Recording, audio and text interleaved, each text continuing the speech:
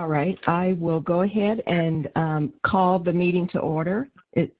Hopefully everybody can hear. I see names and mics that are muted. Okay, I got a thumbs up from John. Great. Well, good morning, everyone. Apologize for the delay in calling the meeting because we are not able to see some of you. We're really going to have to unmute our buttons when we are about to speak. We are in some unprecedented times, without a doubt. And so I'd like to first start, we may be a little chunky here, but we did not have anyone sign up for public comments today. I'd like to start, is there anyone that would need to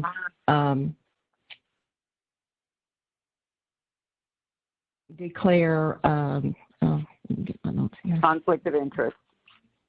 Yes, if you do, please unmic or unmute your mic and call out your name. This is Kevin Falk. Anything related to the Texas Sports Commission? Thank you, Kevin. This is Terry Richardson. Anything related to ResCare? Thanks, Terry.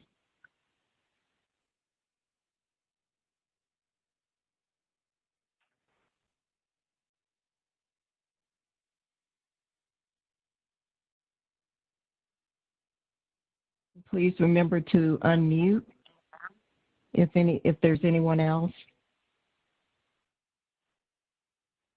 There we go. This is Shannon Gray. Anything related to the Texas Department of Health and Human Services? Thank you, Shannon.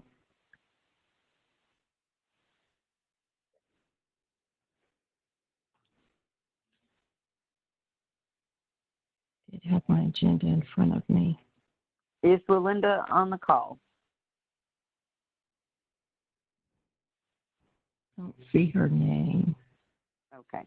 She would be, and Dr. May, normally. Let's see. I thought I saw Dr. May's name.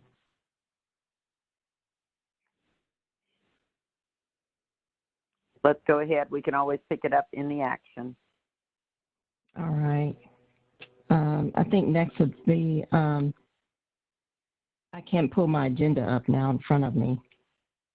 I'm sorry. It is the chairman's comments, and I believe you were going to ask the other members. Yeah, for comments afterwards. Depending on our time. Yes, to do that. I would just say I hope that all of you are well and healthy at this time. I'm sure there have been a number of individuals who have had major impacts of what's going on to their lives in various ways, if not personally, then with family members, extended family members, and then, of course, your jobs, your work, your responsibility. The purpose of Workforce Solutions is as a time such as this, when many thousands, hundreds of thousands, millions of people are now out of work. And I just thought about the last meeting that we had in person. This is complete opposite of where we were at that time, which tells you it doesn't take long for things to totally reverse and be extremely in an opposite direction. But thank you to all of you for taking the time this morning. Board members, thank you for taking this additional time, because I know each of you have other commitments as well. And I appreciate the public who has signed in or dialed in for this meeting. So with that, I'm going to then turn it over to our next agenda item, which I think would be the consent agenda. Any comments, any corrections that we need to make to the minutes, previous minutes? Again, please unmute if there is any comments. I need to have you unmute also to make a motion and unmute for the vote. Yes. And Ellen, we do not have minutes. Those minutes will be produced in May. We apologize. But what we do have on the consent agenda are issues of our external endorsements and that's it, I believe. Yes, that is all that's on the consent. So it's a simple item. Okay. Need an action for the consent agenda? This is Gilbert. I'll move for approval of the consent agenda. This is Jason Oliver. I'll second. All right. All of those in favor, if you can unmute and say aye. Aye. If there is any nays, any abstentions?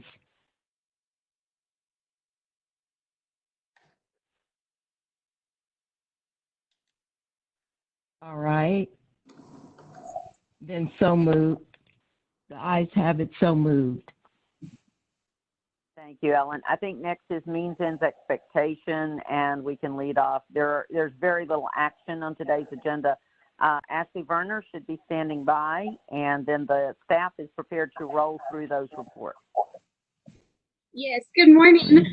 I'm Ashley Werner, Chief Financial Officer for the board, and I'd like to draw your attention to our February 2020 expenditure report, beginning on page 6 of your board packet.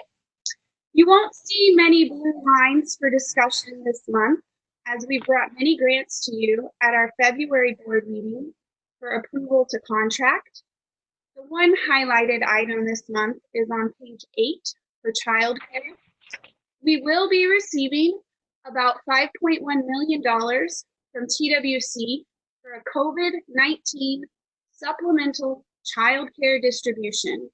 This money is to provide childcare for children of essential workers and to pay the parent share of cost during this period. Additionally, we were informed that on Tuesday of this week, the commissioners authorized another $22 million from the CARES Act to be awarded to the Dallas board to provide care for children of essential workers. We will provide more information about these changes within our COVID-19 policy updates during this meeting. I have one more financial item I would like to mention while I have the floor. Our external auditors, Crowe LLP, typically perform their fieldwork at our board office during the month of May. I have spoken with the engagement managers, and the audit timeline will continue as planned. Crowe is working fully from home at this time, and they have assured me that they will be able to perform the audit remotely. Most of what we give them has actually been electronic for years, so I'm confident the audit process will run smoothly as with any other year. And that's all I have for you this morning. So unless you have any questions, I'll turn it over to Richard. Thank you, Ashley. Thank you. And I'll just touch on the performance report. The February report is in the packet. I'm sorry, I'm Richard Perez, and I'm the research manager for the board. The measure we're not meeting for February is choices. And March presents an interesting issue because everyone that would participate can't participate. They're going to be good caused. So we're working with the state to see how that'll look for March. All the other measures are meeting. For Plus B, that means they're doing really well. I'm just going to go ahead and jump into the Jobs Now report. So what we did there in response to the COVID virus is we're working with all the people, we're working with employers to fill their jobs that still have openings. So we're matching the unemployment insurance claimants to those jobs. As of yesterday, we've outreached almost 2,000 claimants, that's 1,902, and made almost 8,000 8,569 job referrals. Those are for a variety of openings, anything from distribution to positions at grocery stores, just anybody that's still hiring. There is the logos on page 14 of the board packet. Something just touching on that, in response to that, we created a database that sort of allows us to be a little bit more nimble in reaching claimants and referring them to jobs as quickly as we can. So that's in process, and we had a job fair yesterday virtually. Actually, it started Tuesday and Wednesday. That outreach was just a little bit over 1,700 people for 11 employers. It was a Senator West job fair, and it did really well. We were pleased. That was the first time we've done a virtual job fair in a long time. So it was a good start. And I'm going to go ahead and jump into some unemployment insurance claim data. On page 15 of the packet, we've laid out all the claims that have been that we have so far for the Dallas County, Texas, and the U.S. Starting for the week of March 21st, we know there was a spike in all three. Dallas County, the most recent information we have is for April 4th, and it's not in the packet, but that increased to 27,128 claims. Texas, we have also April 4th data. Those claims jumped to 313,832 for the week of April 4th.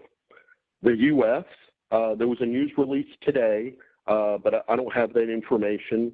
But through April 4th, the claims were 6,606,000.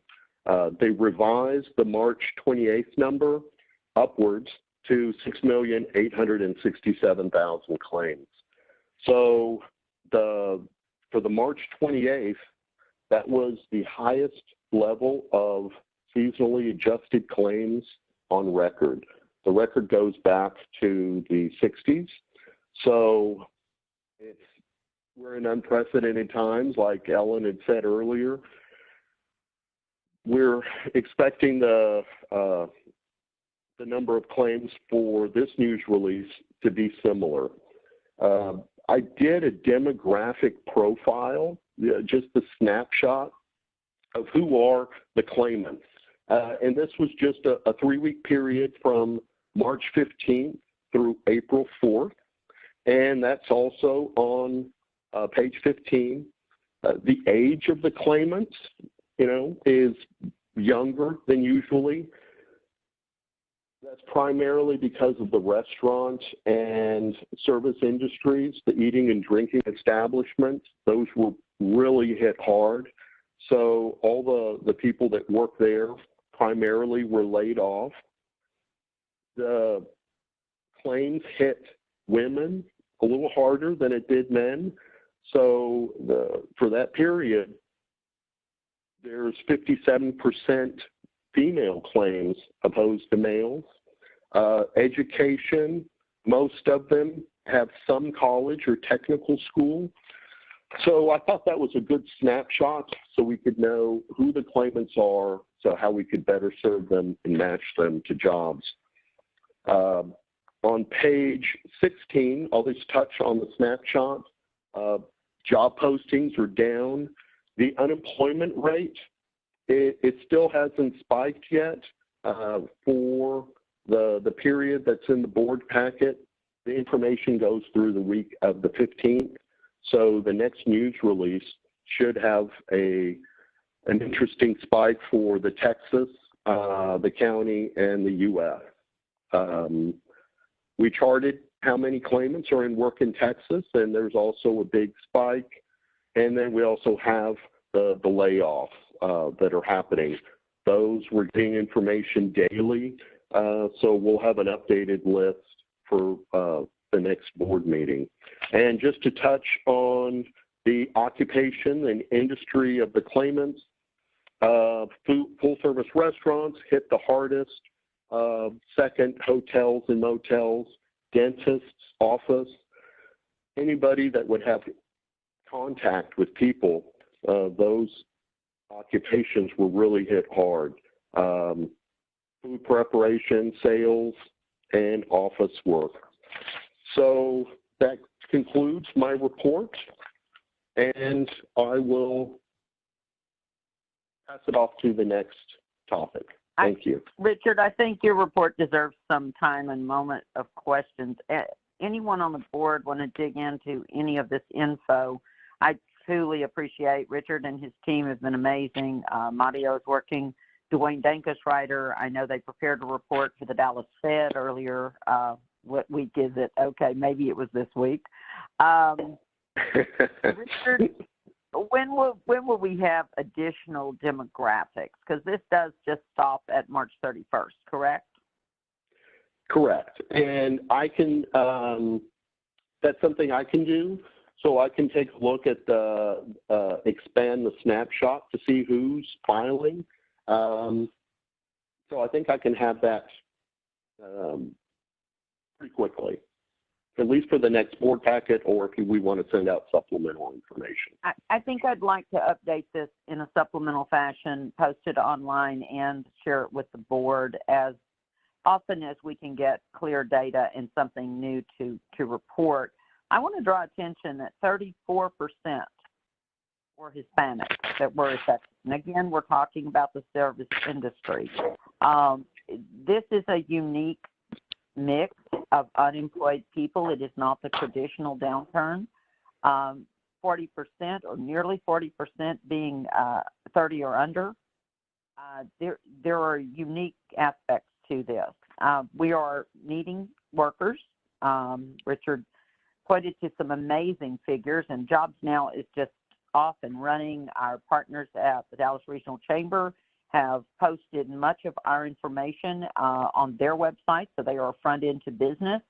If there are people in town going to their former website, say Yes to Dallas, that has caught a lot of young people. We've also partnered this week. Richard is talking with Dallas Promise. We're going to reach out. According to Dallas Promise, they surveyed their young adults who were planning to go to college. Sadly, I think we're going to see a gap year for many high school seniors. The class of 2020 is really up against it. According to their survey, over 900 young adults responded that they needed work immediately for emergencies. I think they are trying to help support their families and put food on the table. So we are going to work with Dallas Promise to get more young, able-bodied adults into the essential jobs. The essential jobs are begging for help. If you notice the jobs that are posted, Richard mentioned one of our biggest employers now, of course, is Amazon, and the other is Aramark, who I understand is helping with food preparation through the schools. So we have an abundance of need in essential and a shortage of workers. Once unemployment got busy and people started to get through maximum claims, if you're fully credited on your wages and made enough money, you're going to receive, $500 plus each week, plus the $600 of the feds. So once that kind of money was in there, I think it limited the number of claimants who will come back and work with us. But the staff has done an amazing job. Hundreds of people teleworking, making phone calls, trying to encourage people to come in and get a job now so it could turn into a career later. Questions about all of this, please feel free. I think this is the meat of the report at this board meeting, and we're going to get into some details about child care really soon here with Demetria and Connie. Anything else? Hey, Lori, this is Gilbert. Excellent report. Hey, this is Gilbert. I just have a quick question. With all the increase in claimants, you often hear people concerned about whether the money's going to run out. What is the source of the dollars, and where are all these dollars actually coming from? That's a very good question because I have told people I don't know how long this is sustainable. Senator West went to Ed Cerna. I was kind of the in-between for that, Ed Cerna being executive director of TWC, and there was a conversation about the trust fund. So there is a state trust fund for the payment of unemployment claims, and there is a federal trust fund. These funds have been sitting, of course, with a 3% economy, 3% unemployment. We've had a very good run. Ed assured the senator that Texas was solvent, that Texas had enough money for claims. In addition, Texas would be receiving COVID claim money. In addition to that, there are bonds and there are other avenues for the state to continue to pay these claims based upon its good credit. I find this to all be very concerning as taxpayers. We do not think this is a very temporary strategy. It also is leaving a few people out. And I think that's why we've been successful with Jobs Now. Some people are not getting the claims that I was just talking about. Some people are getting the minimum. But just about everybody is eligible if they were working most of 2019. We're now in the second quarter of 2020. So filing a claim now looks at all of your wages in the period of 2019. So it's a very good question. As a banker, you know what that entails. How long can this streak run? It is concerning. Thank you, ma'am. Hey, Richard and Lori, this is Kelly Tilgus. My question is, how's Dallas relative to other surrounding areas? Is our unemployment higher or lower? Are we disproportionately affected, or is it about the same, or do you know? We sort of know that we don't have, as Richard mentioned, they are not establishing a percentage of unemployment at this time. Those figures will come in now for all of March that we're in April. I think what we're seeing across Texas is metro areas are looking very similar. High poverty rate is popping up very quickly. The food bank in San Antonio made national news before we did. The 1.7 phone calls to the Texas Workforce Commission made national news. We seem to feel that Dallas and Tarrant County, Houston, and surrounding Houston. Houston has a larger metro scope than just the city of Houston. San Antonio. We aren't seeing as much in the Austin metro area, but I think it will pop. Houston was slow, and now they're gaining ground. So the metros look a lot alike. When you get into West Texas, there was a lot of conversation about what? They have a lot of social distance out there. So they are, it's a confusing call when we're all on the phone, the 28 boards in Texas, because we're now beginning to understand who acts similarly and who is very distinct, very different. There is some disaster relief money. The state is applying again for workforce disaster, and the metro areas, particularly us, Tarrant County, Austin, we're all slotted in at $5.3 million in subsidized work for recovery. And I noticed that the people like Texoma, one of the smaller boards in the state, has already returned that offer and said, no, I'm sorry, we're not going to need that. We don't have that level of decline. So it also is industry driven. Some of Southwest Texas, they experienced a major disruption in oil and gas. And now they're talking about trade money, which is very different than COVID because of displacement, because of the price of a barrel of oil. So we are typical Texas. We're so large and we're so diverse. We have various layers of COVID, and we're all trying to find our similar partners so that we can emulate the tactics. So I've been very, very happy with the work of Rural Capital. Paul Fletcher and I have been doing a lot of the same things. We both use ResCare as the contractor for the centers, and we seem to have similar experiences in the decline. Long answer, Kelly, but you can understand it really comes down to population and centers of economy. Texas is going to have some various experiences.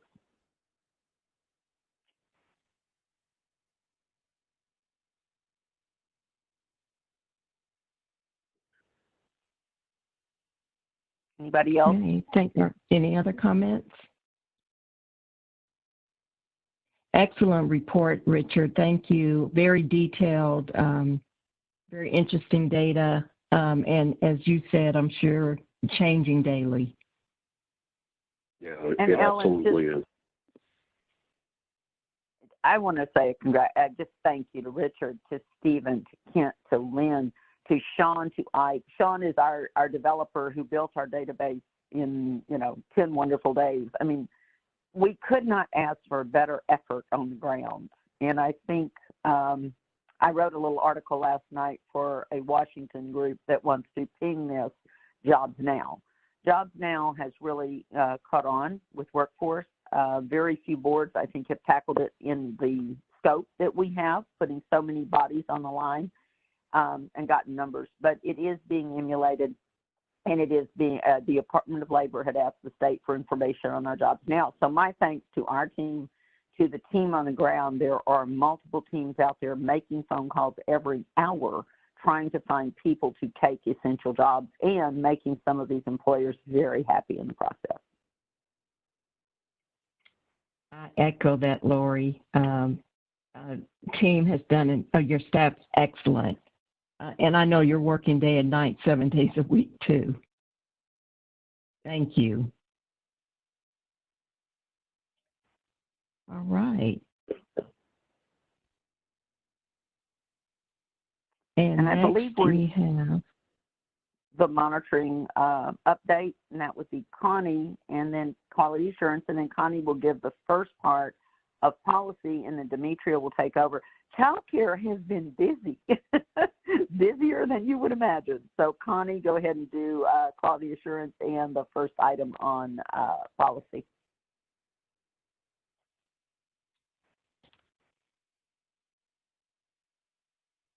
Connie may be having some trouble with her audio, so I will Unmute step yourself, in. dear. Oh, okay. Go ahead, Dee.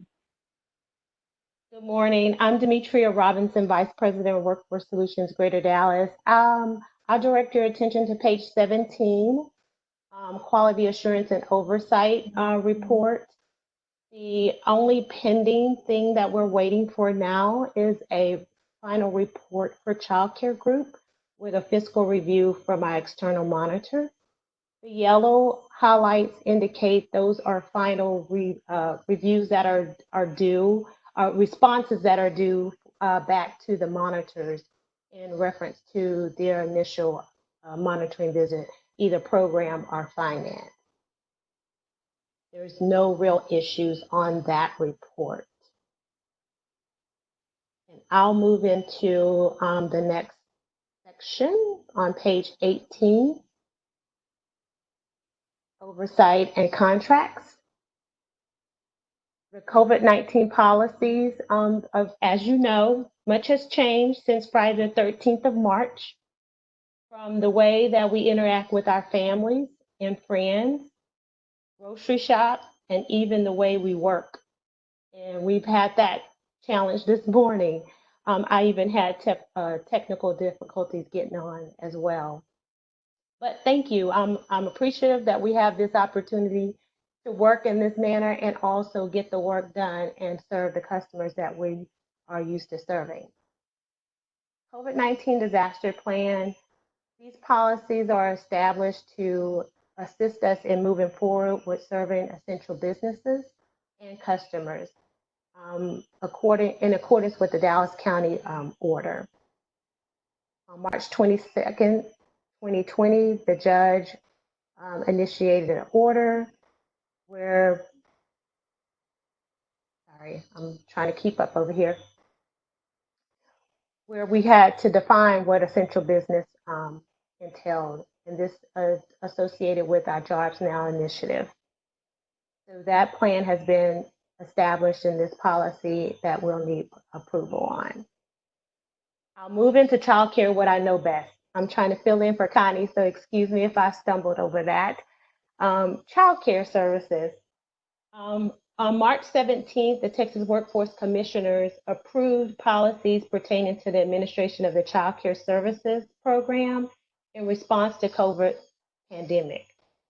TWC Child Care staff and Health and Human Service Child Care Licensing Division have been working closely to address COVID-19 child care program related matters. We know COVID-19 have affected families and providers that participate in our subsidy programs, interruptions in work or education participation, and even some closures of our child care programs. TWC issued multiple workforce development letters providing guidance to COVID-19 child care services, relaxing the rules to expedite the process of placing frontline essential workers, children in care. Modifications to the policies are outlined on page 18 and 19. TWC expanded the state's definition of protective services on March 24th to respond to the emergency child care needs of essential workers during the COVID-19 emergency. Frontline essential workers include pharmacy and healthcare workers, first responders, and others listed under essential workers on page 18. On April 7th, COVID-19 frontline essential workers was designated as a priority group for childcare. In addition, the family threshold was set at 150 of the state's median income, SMI, and required parents to self-attest that they are below that threshold and they require care in order to work. An example of the threshold at 150% of a threshold of state median income is a family of 4 with an annual income of $118,000. Things are continuing to evolve this week. TWC commissioners approved eligible workers who own and operate a child care program to receive subsidies for their own children who are in care at their program. This is a big benefit to our owners and our directors that are providing care at this time and also need care of their own children.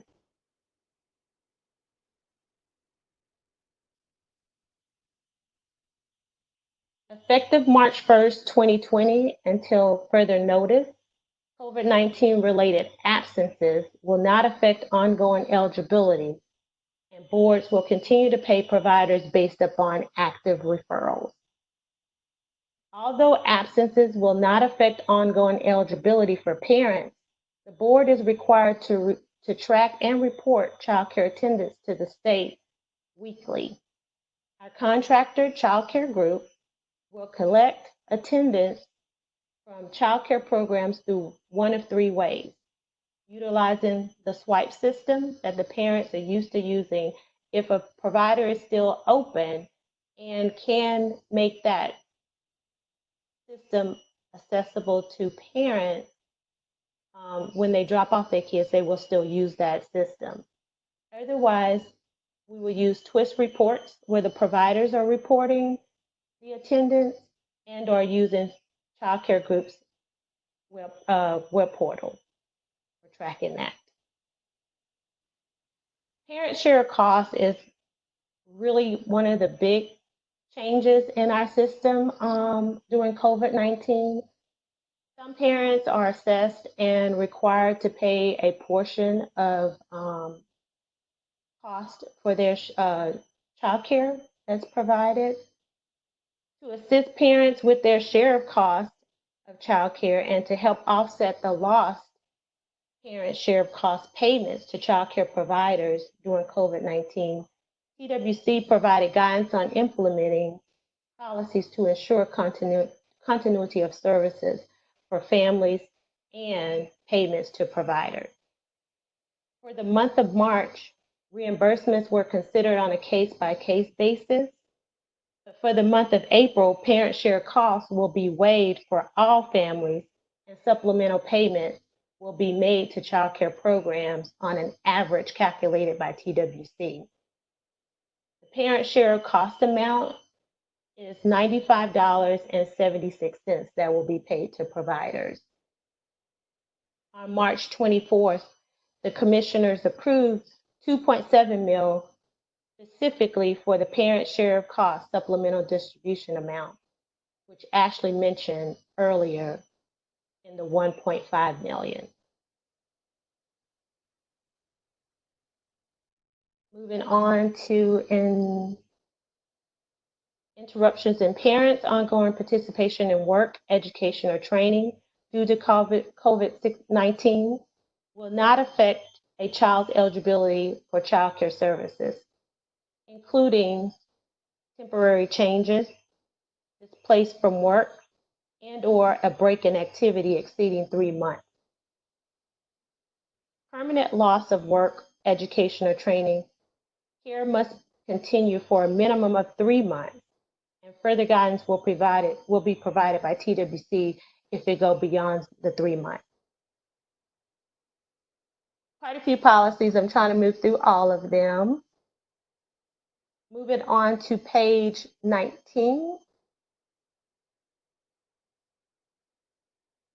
During this COVID-19 time, irregular fluctuations in income and work hours may occur, directly affecting eligibility at recertification. Therefore, child care redeterminations will be extended 3 months from the original redetermination date for extenuating circumstances.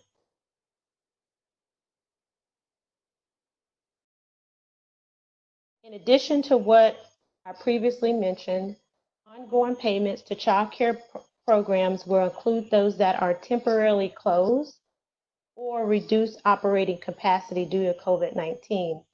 Reimbursements will be based on each child's authorized referral at the rate at the time of the closure. We will continue to pay those providers.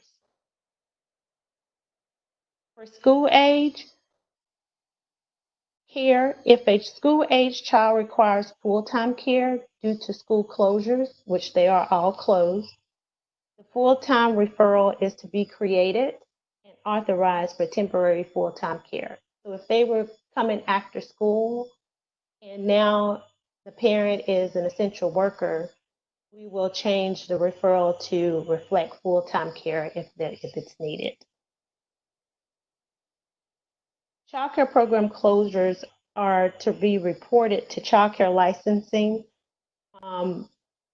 consistently for data.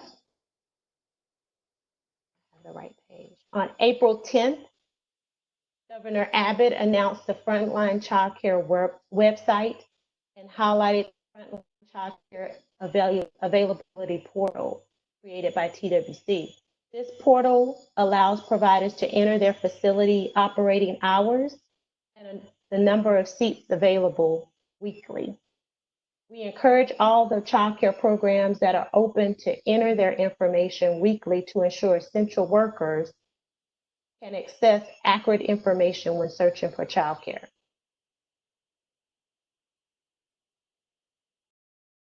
In compliance with the county judge's stay home, stay safe order, and due to child care licensing emergency rules limiting access to child care programs, boards must postpone all quarterly child care licensing screenings and assessments or visits for certified Texas Rising Star programs until further notice.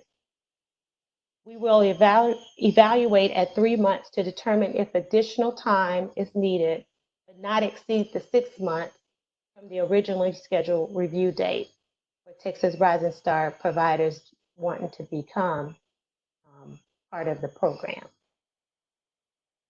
Lastly, the health and safety information provided by TWC has been posted on Child Care Group's COVID-19 webpage. Kind of ran through a lot of information. I don't know if we have any questions, and I know, Lori, you probably want to add a lot more to this because we have been in meetings daily on child care. Thank you, Dee. Great report, and I know it's tedious detail, but it's very important that the board understand how far policy has shifted, policy has waived, and money is abundant. I was very impressed with the thoughts of TWC in preserving the industry of child care during this crisis. Making payments for temporary closure of these centers will keep these smaller businesses alive and probably keep them from filing unemployment and going after SBA loans, which would be very difficult. Many are not banked or they are marginally banked. It's very difficult right now. We are getting, we are dealing with one large complaint from a group of small providers, very worried about our inability to refer people to them. So I have a letter, 2 letters actually, one going out soon to the judge and to Representative Davis's office, both questioning why the complaints are coming in. I think a lot of it is misunderstanding. There have been a lot of meetings, online meetings, lots of talk and suggestions, and every suggestion that is perhaps taking business away from small providers has completely concerned, agitated. It's led to misunderstanding. There are lots of groups involved in this, but when it's the Workforce Commission, the Workforce Solutions Greater Dallas Board, and Child Care Group, we know what we can do and we know what we must do. There will be a letter, and the judge is authorizing me to sign it. It will reinforce the governor's order and the judge's order. All child care in the state of Texas must be children of essential workers at this time. Other children should stay home. We're trying to stop spread, at least not contribute to it from our child care practices. In many cases, child care centers have had to reinvent themselves, a 1-to-10 ratio for any children that by licensing are entitled to larger groups. Let's put it this way. After school was probably previously 1-to-26 for older kids. That has to be 1-to-10 ratio. So yesterday, the commission approved yet again a very, I think, smart investment in child care. They will allow us to assess all referrals that were at that center, including these children who do not show up, and pay the center another 25% over their rates for that month to make some accommodation for the higher or the lower student-teacher ratio. These centers can be small. I think 10 is a large number for a small center, but 10 in a classroom with one instructor, one teacher, one person with the out-of-school youth is probably going to be the norm. We are definitely experiencing change on a daily basis, but the cooperation has been unbelievable. Child Care Group, can't say enough about them. The centers can't stay open if they don't have PPE, if they don't have hand sanitizers, if they don't have cleaning products, and if they don't have food for the kids. Rhonda Rackow at Child Care Group got busy on that with Cisco and a few others in the community. I think we turned the corner on that. There will be supplies. The state of Texas came behind. Texas Workforce Commission reached out to Cisco as well and other providers. We're finding that there are a lot of people who are not cleaning downtown office buildings, not cleaning schools, who have product. Well, these child care centers need that product. So some very big efforts are being made to accommodate these centers, keep kids in care. The money that Ashley mentioned, the $22 million, is slated to serve 7,000 kids for 3 months. And that's supposed to help us take care of this situation. I don't know that does it. And I don't know that we will see 7,000 children registered. That is a concern to me. Dee, did I leave anything else out? Oh, you covered. I think the big thing was the 22 million and the 7,000 kids that come with those funds. And something I will, and Alan has brought this up on a number of occasions, and Susan as well, we are very concerned about inspiring people to take their children to child care centers. The best place for children is at home with their parent, the parent that's not an essential worker, or that they are in an extended family situation or a trusted neighbor.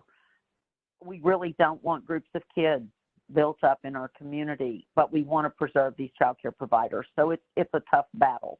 You will hear in the next week or so that DISD is working in conjunction with licensed centers to perhaps prop up 2 emergency centers. And I don't want to compare it to the Kay Bailey Hutchison Center for, healthcare, but it's sort of that nature. Is a special center that would be run by a licensed provider with more hands on deck out of a Dallas public school that would be in the vicinity of Parkland and the medical complex along Harry Hines, or the medical complex near Baylor. The demand, we're not seeing the demand, but we do have a situation where children should normally be in school. 4-year-old and up would be in class right now, and parents did not necessarily have an option, especially the healthcare workers. So we are not involved in that, but we are monitoring that situation. Many of our providers are concerned about it, and I know the community would be concerned about large numbers of kids on a single campus. It's kind of the reason we don't have education right now. ISDs have closed the classes for that reason. So just a heads up, that is not, it's just like me explaining unemployment benefits do not come through us, but we are a parallel system we are working in conjunction with, and you may hear more about those emergency centers. They are not funded out of the $22 million that we receive. When I asked my question of the state, they pointed out that they may make emergency funds available to these centers, but would not count that against a local allocation, as they did not think that would be fair to the whole state. So they took a sum of money, $200 million, divided it up on the normal formula, and then they have held on to some COVID child care money, I believe, for the emergency situations that may occur predominantly in the metro areas. Same thing we talked about earlier. Having said all that, questions, concerns for Demetria and the policies, for me, you do have to act on these, but most of them do not allow local flexibility. There are 1 or 2 cases, I think the 3 months that we chose for redetermination. There are little things that we were allowed to tweak, but most of it is the governor's order, the county judge's order, licensing, policies of the CDC, and basically a fabulous, I think, effort to support the child care industry through this time, and hopefully have them still there when we come back. Thank you, Lori. This is Susan Hoff. And I just want to say huge thanks to you. I know you have worked so hard and so diligently on everything, but particularly championing the issue of childcare, and to Dee and to Child Care Group. You guys were amazing before and have risen to a tremendously challenging time. So I want to say thank you there. Lori, you touched on the balance between making sure that we are continuing to encourage people to keep their kids at home and to practice social distancing, if at all possible, while, and there are kind of 3 legs to this stool. There's that, which I think is, protecting public health writ large, which is critically important to all of us now and well into the future. Protecting the infrastructure of the child care system and the existing programs, because those eventually we're going to need those, and those are businesses that are critically important to our future as well. And then finally, balancing those needs, or really it's more messaging, because we have all of a sudden tremendous support from PWC for additional kids in care. And so I think thinking about how we balance that message, because inadvertently, by saying we've got additional money, we've got additional 7,000 slots, we could be encouraging people, not intentionally, put their kids in group care. And, if I know anything about childcare, I know they are germ-free. Just how it is.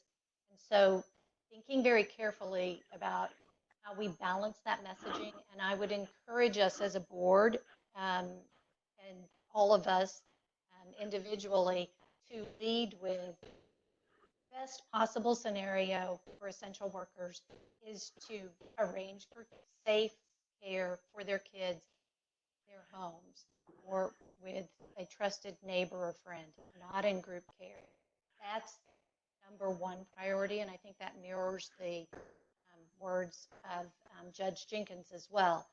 And then we talk about, and here are these other options if this is not, if you absolutely have no other choice.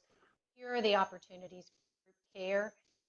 But I think we have to lead with, if at all possible, your children need to be out of group care. I think also bumping up the information about how much of the change in rules actually supports child care centers who are not necessarily having kids.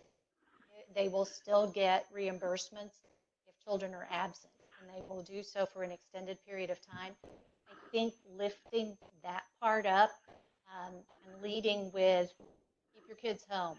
Here are some infrastructure supports for child care centers who are honoring leaving kids at home and perhaps even closing because they don't have that because of the safety of our community. And then talking about the additional resources, and I get it that it is a balance, and I get it that the need to provide accurate information. But I think the way in which we cadence it and the points that we emphasize are critically important to the overall, not only health and safety of our community, but long-term infrastructure of the child care business as well. So that's Susan, my you and Alan have been amazing in this space, and we can't thank you enough.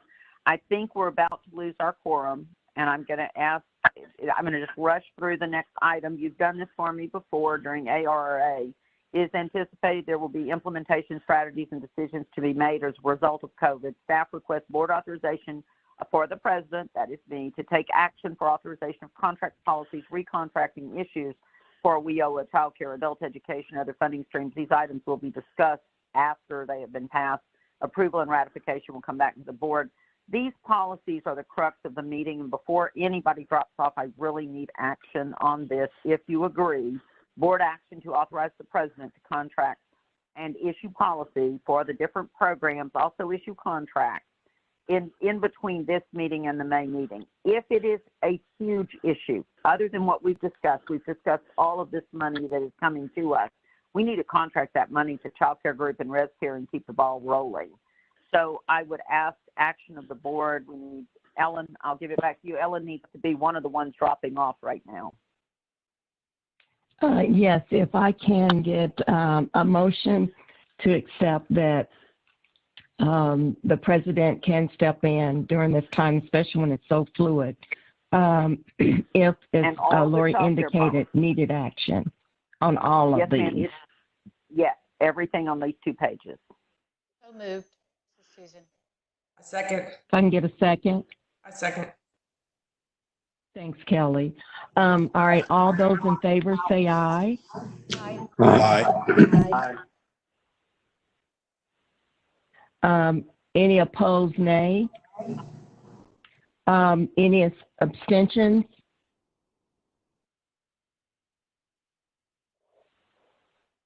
I don't know that I haven't heard any. Okay.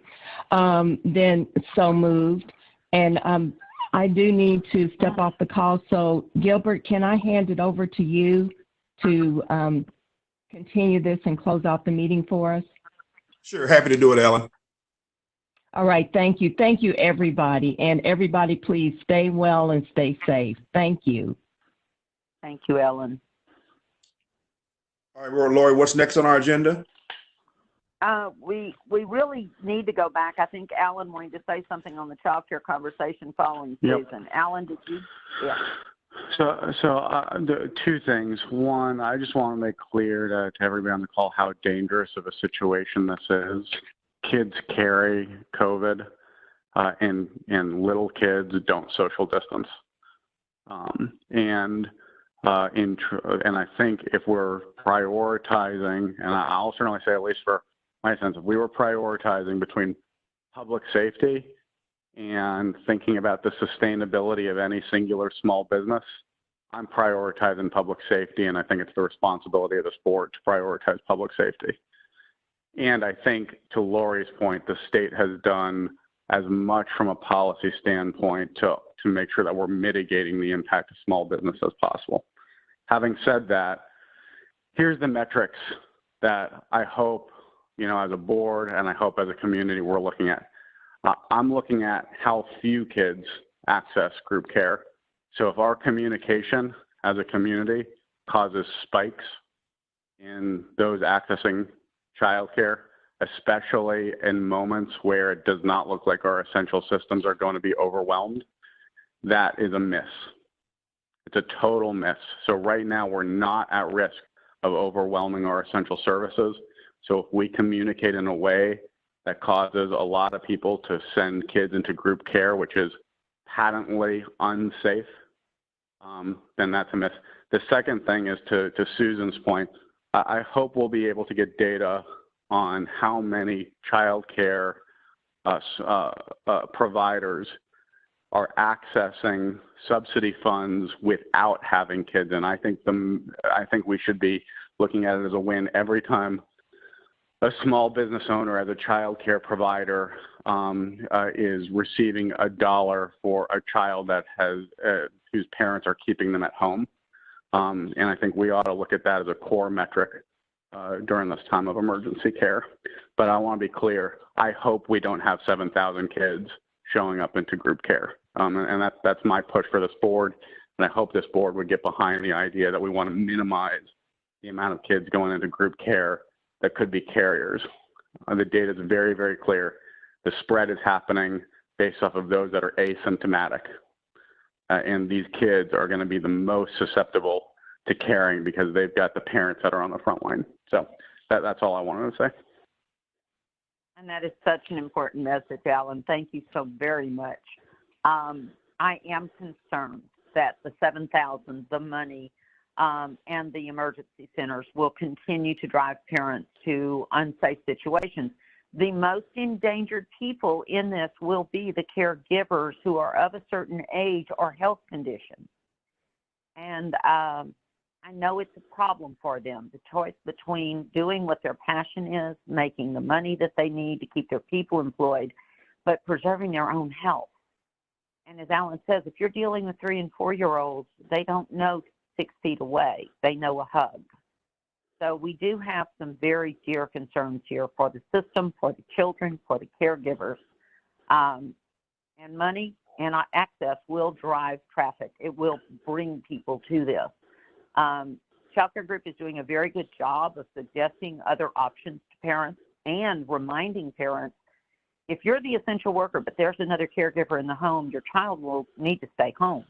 That is the first priority. So child care is just beyond large and concerning, and there are many, many, many people in the community very concerned about the care of our children, but also keeping essential workers on the front line. Other questions, comments on child care? All right. Next is it Lisa's? Is Lisa or Lisa's next? Yes, sir. All right, go ahead. Well, it's a very interesting turn of events. We have a schedule of leases, and I wanted to update you on the Mesquite Workforce Center. The main reason that we called this meeting or did not cancel this meeting was we thought we would have a lease to present to the board to move into something new for the Mesquite area.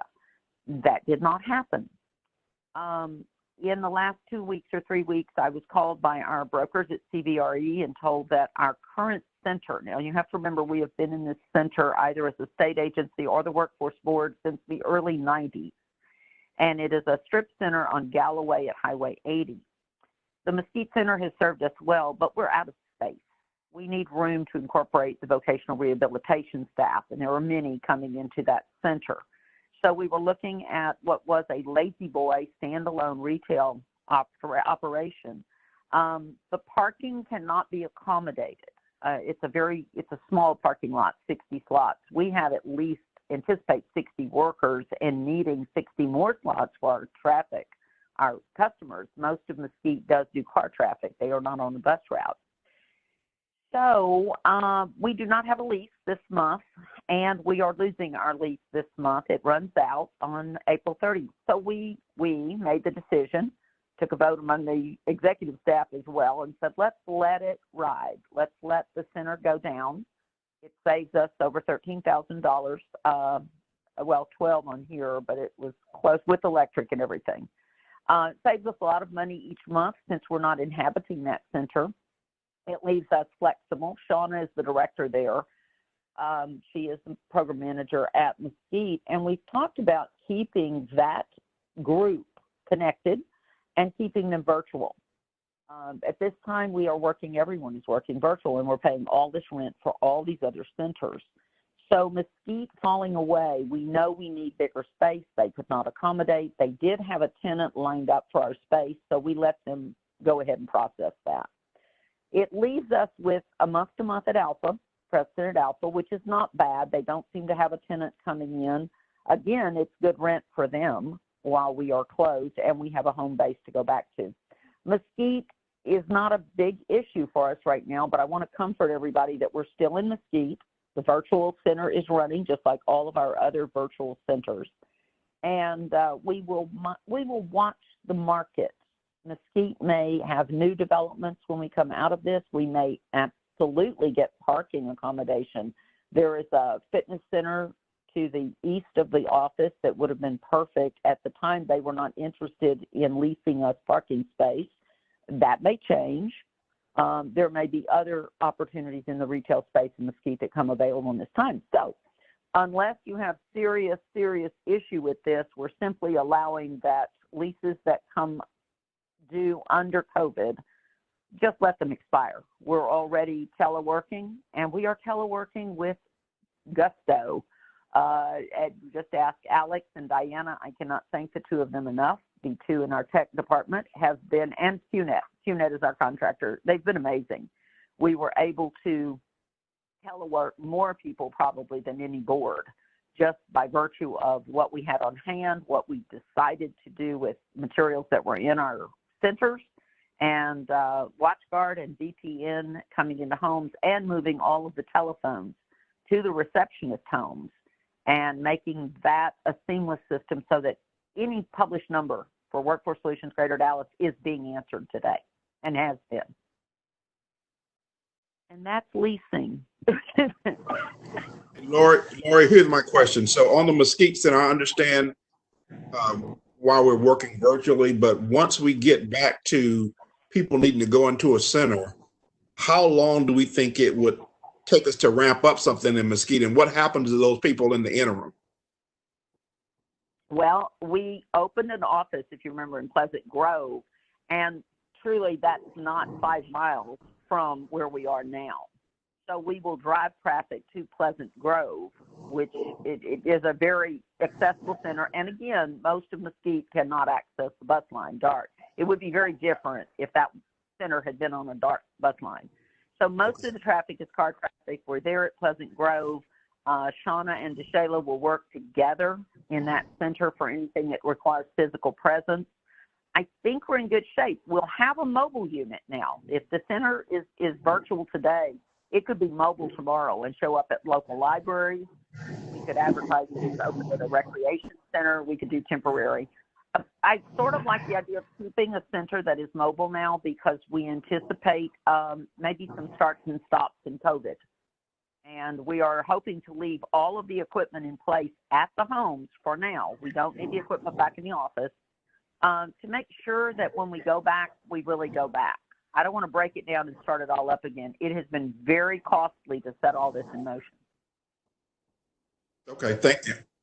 Hey, Lori, this is Carter. A quick question on Mesquite. Did we in fact vacate, and did we notify the landlord that we vacated? If we still have stuff there and didn't notify, are we essentially a month-to-month tenant instead of a vacated tenant? Carter, the lease is up the end of this month, the last day of April. They did check in with us and offer us a 5-year extension immediately, and they would forego their incoming tenant. Now, they have been posturing for 6 months that we have to move out. So Right. we had already moved out the child care team. We had packed the boxes. So at this point, we simply did not enter into new negotiations because the space is too small. So they're moving ahead with their new tenant as of May 1, and we are free and out of the lease on April 30.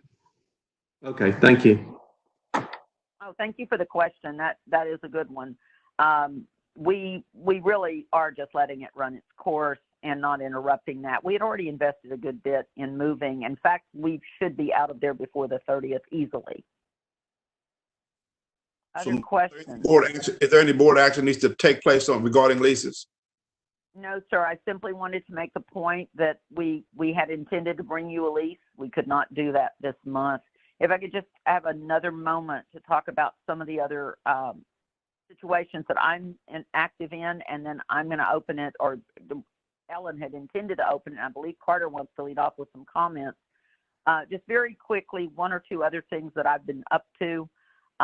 We were supposed to go to the National Association of Workforce Boards in March. That fell through, but I was scheduled to do a presentation with two of my colleagues in boards in Kansas and Washington State called Workforce 101, and it was a presentation we held virtually last Thursday for the Senate Health Committee staff. And I think it was well received. We did an hour on what are you doing in time of COVID as a workforce board.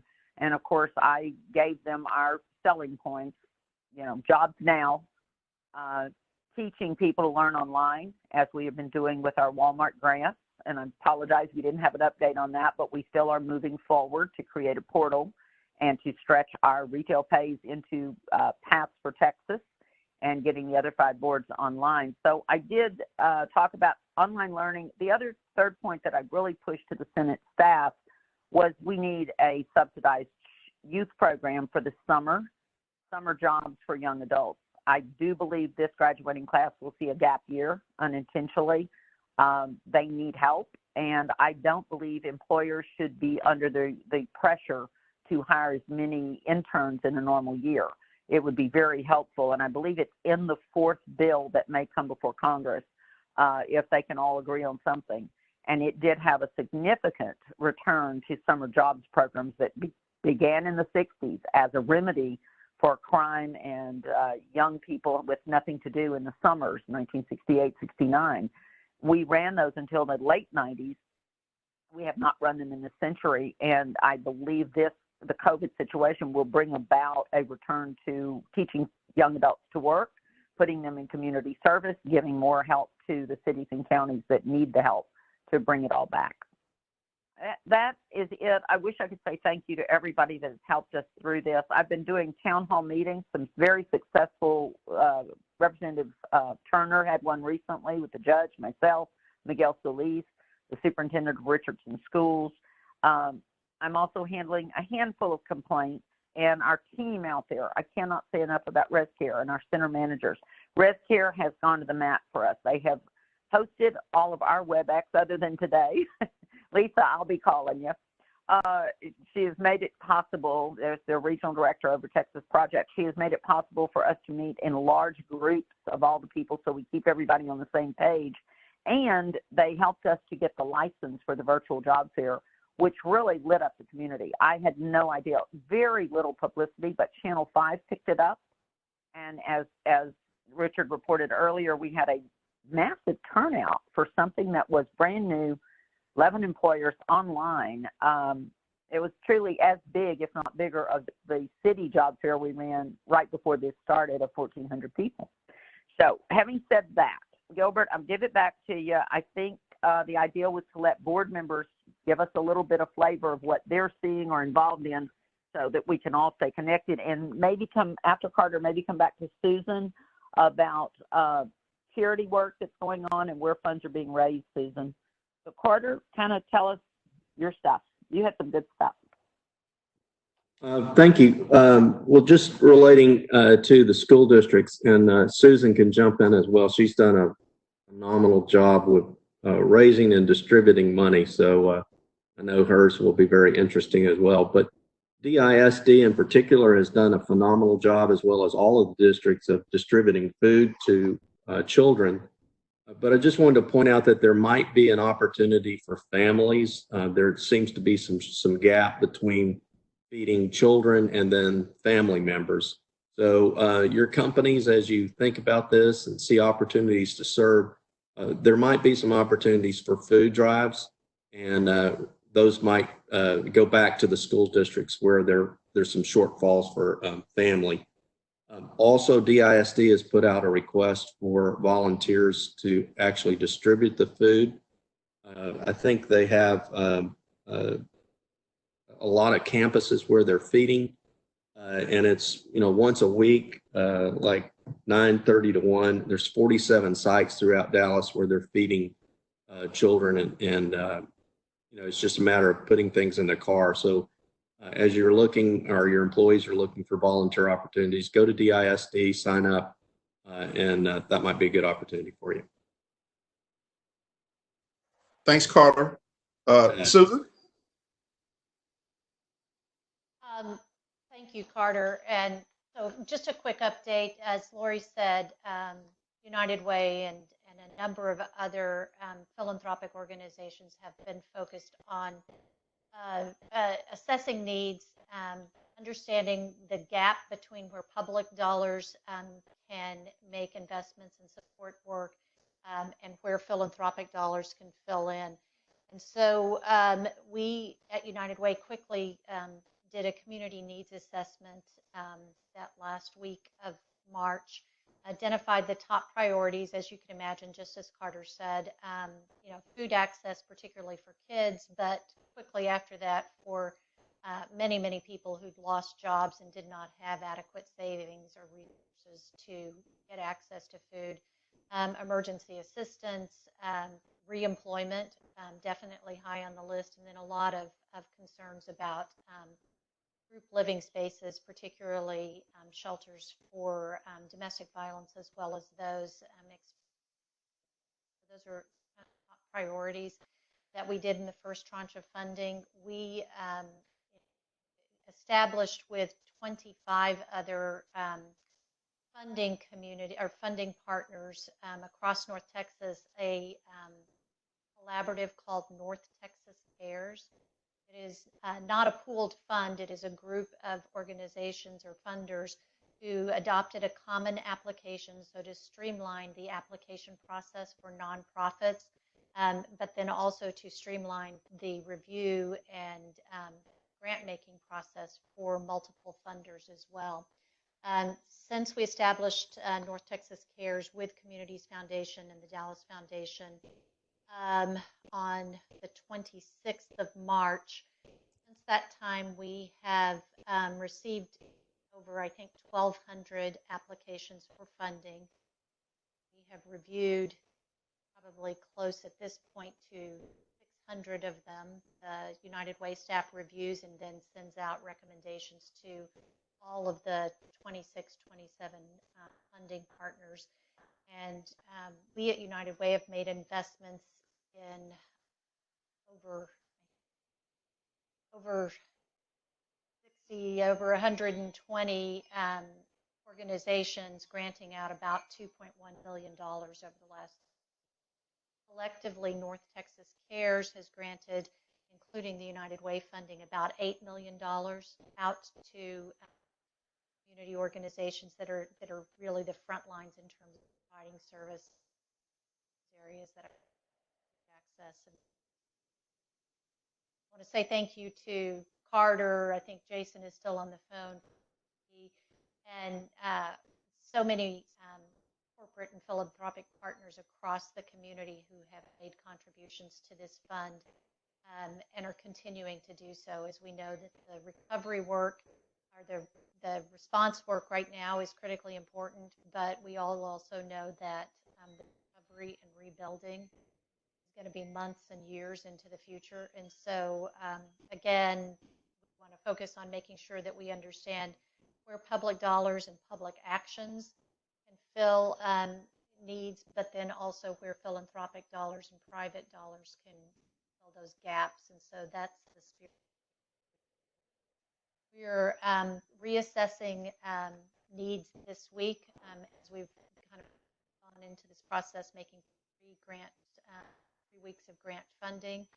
so going back and looking at what are the still the pressing needs that we are seeing, and food access continues to be one. Particularly, we're seeing in food banks, large food banks such as North Texas Food Bank, the same kind of challenges that some of us may be seeing in grocery stores. And so figuring out supply chains for food banks in order to get food to members, not necessarily through the school feeding sites, but more continuing to be a critical need across the community, as well as access to cleaning supplies and PPE, all the things that you have heard of. But we are keeping tabs with about 800 service providers and community partners to get their feedback on a real-time basis as to what needs are there. Would appreciate any intelligence that any of you are getting, if you can share that with us, so that we can again make sure that we are using limited dollars in the very best way that we can. Again, respond effectively, quickly, right now, but then also be having an eye on building and what ought we do in the months and early years as we move. Thank you, Lori. Thanks all of you too for service on this. Thanks, Susan. Appreciate all the effort you guys are doing. Just want to briefly say from the banking perspective, if you guys have heard about the Paycheck Protection Program, I've probably been neck deep in those, as many banks have been, but I think it's a great benefit to small businesses to help them meet their payroll costs. So I would encourage you, if you've got small businesses that have not taken advantage of the program, I'd encourage them to do that. It is a great opportunity. The employers are able to get 2.5 times their average monthly payroll. And as long as 75% of those funds are used toward payroll costs, those loans are forgiven. So I think it's a great opportunity to help to keep people employed. And I encourage, once again, everybody that has not taken advantage of it, if you know of anyone, please have them to call their local bank, because banks are processing these around the clock. Hey, Gilbert. Yes. This is Ken Malcolmson. I've been muted this whole time, so unfortunately just got the muted button taken away. So now I can speak. But I've had a multitude of questions for today's presenters, but one of them was specific to what you just described. Going back to Richard's research data that he was providing, what impact are we expecting the PPP to have on the unemployment rate? Will these furloughed workers be coming back to work as a result of the PPP, and what will that do relative to our unemployment statistics? Richard, you want to try to take that one? I think, Gilbert, maybe I can shed a little light on what we think may happen is the rolling numbers. Because we're going to come back probably in the same stages that we left workplaces, we're worried that employers will invite fewer people back. That's one concern. Second will be, how long are the rules in place 6 feet apart? Do they expand that to 9 feet or 12 feet? There's been talk of that. Is it possible that 10% of the workforce reports each day simply to maintain space between them, and cubicles, et cetera? Our framework for working is crowded. Teachers, I heard a conference call the other night, teacher asking, she says, I'm 60 years old, I want to teach my kids, but I've got wall-to-wall kids and there's no safety in going back to the classroom. What are you guys going to do? And the superintendent said, I don't know, but we're going to think about your health first. So I think in all of these situations, perhaps we're going to see some retirements.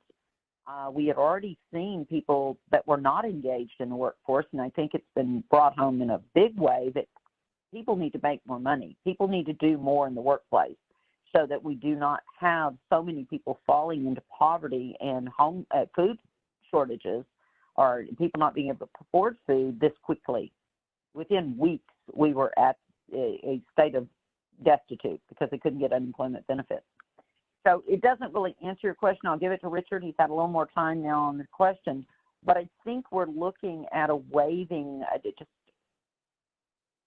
the going back is not going to be ding, ding, ding, let's all go back to work. And that is probably the most dangerous part of trying to ping this and understand when the unemployment rate begins to then abate.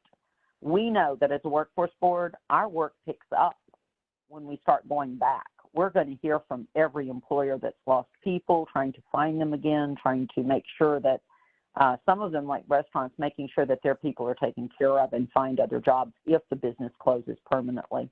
Richard, anything on your end? I was just going to add, in similar to what you were saying, some of the smaller employers, this was really a hard hit for them. And it's going to be very challenging for them to come back if they can. So I think we are going to lose some employers through this process. I hope we don't lose too many of them, but I think we will. I think that might be a reality.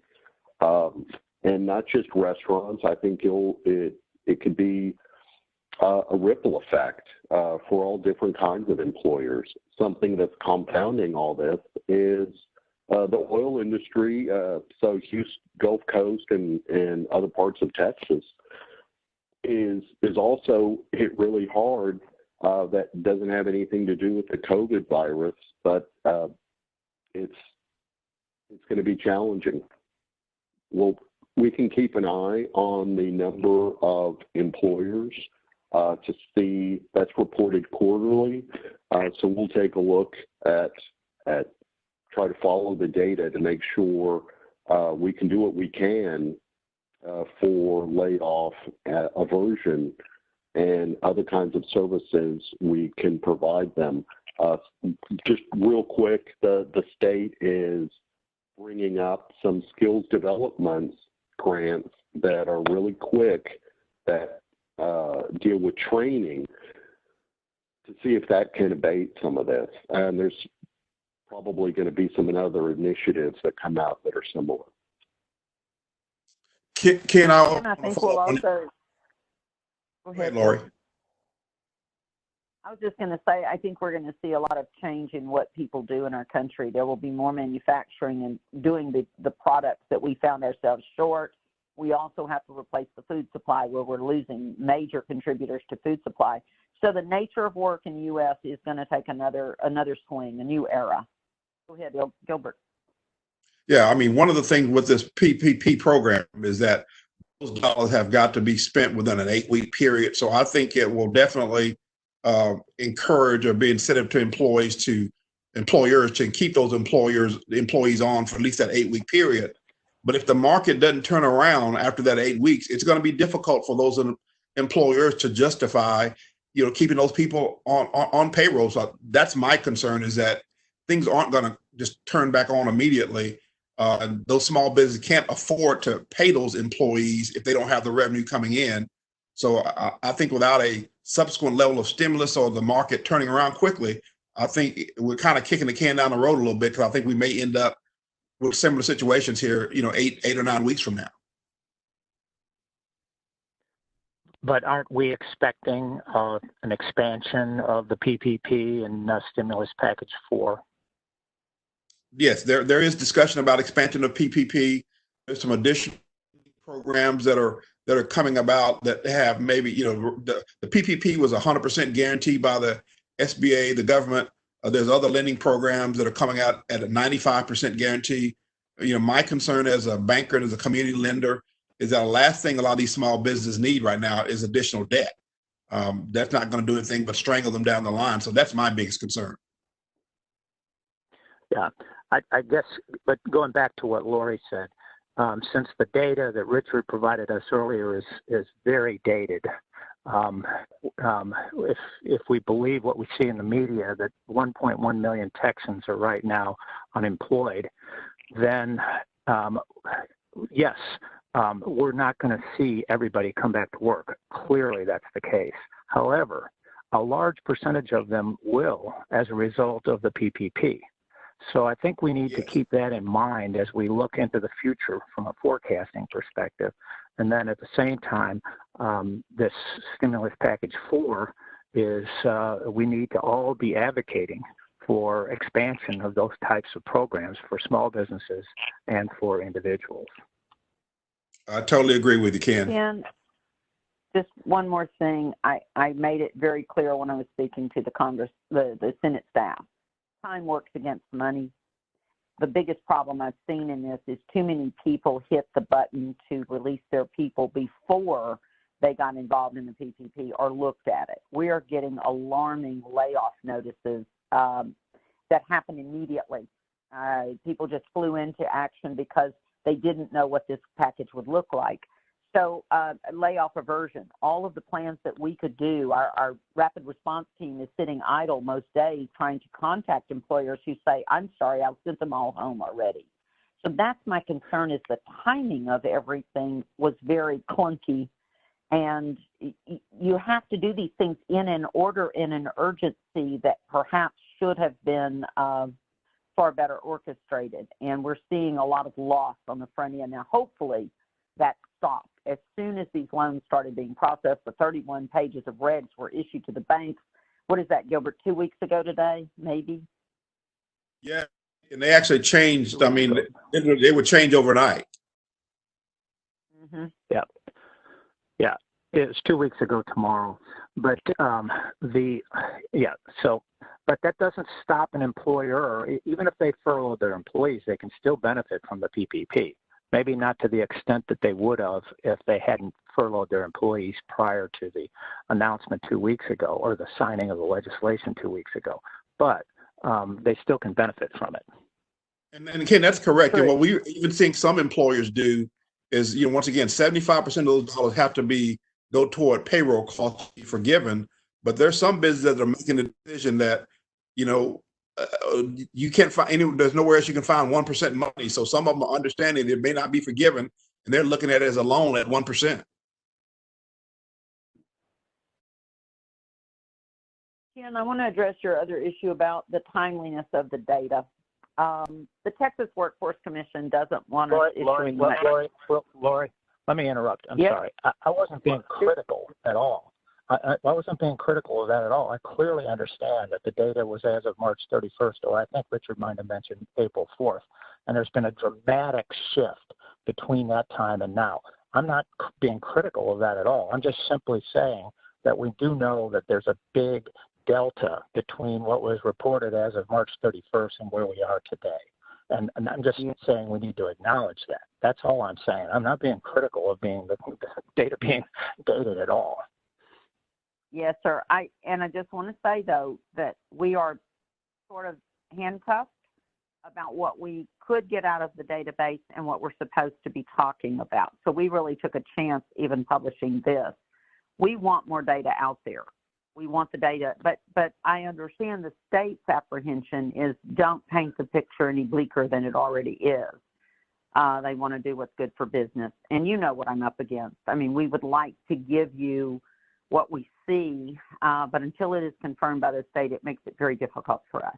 Just know we will try to get you as much as we can, as fast as we can, guys.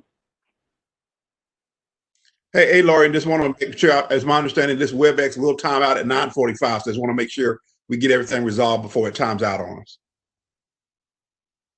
Yes, sir, and we are in discussion mode now. We have no other agenda items for you, but I wanted to make sure the board got to talk to one another. It's been too long, since February, and there are things happening all over our community to be embraced, get people joining in, knowing that there are solutions underway.